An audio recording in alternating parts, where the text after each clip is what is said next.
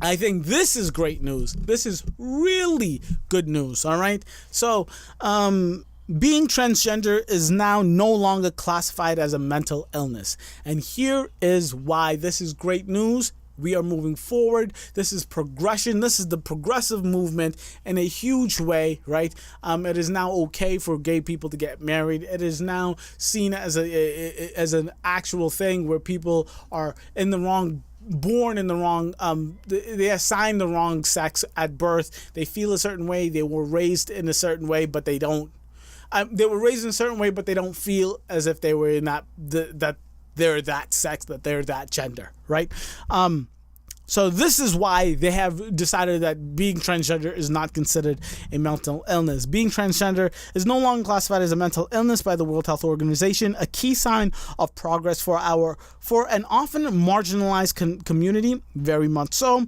World Health Organization announced Monday that in its newly released edition of the International Classification of Disease, talking about same situation, gender incongruence will now be classified as a sexual health condition.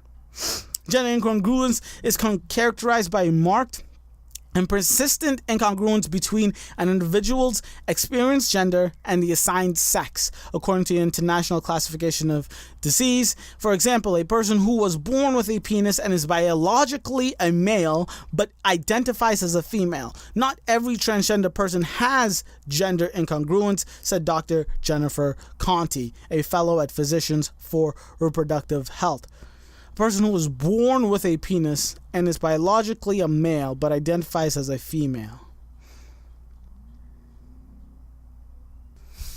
So this is a little confusing, and I'm just gonna be honest with you.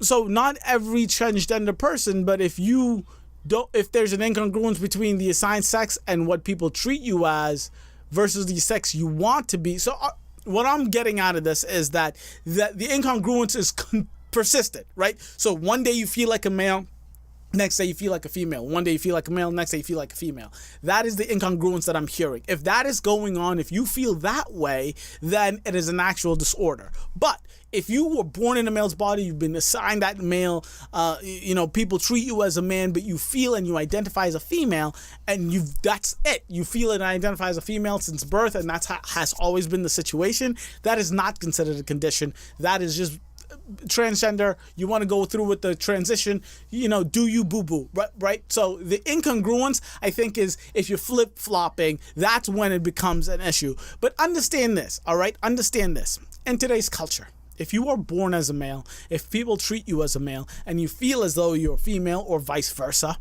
right? And it's not flip-flopping. You just don't know how to explain that to the community. You don't know how to express that feeling. That is not a condition. That right there is the struggle of trying to be a transgender person in 2018, where the world just does not accept you for what you identify as. So the feeling, the confusion that many people that are transgender have explained and explored and told the world that they feel is very different than one day I actually feel like a male. I think I'm a male. I want to be a male. And some days I think I'm a female. I want to be a female. And I don't look like a female, right? I don't have the biological parts for a female.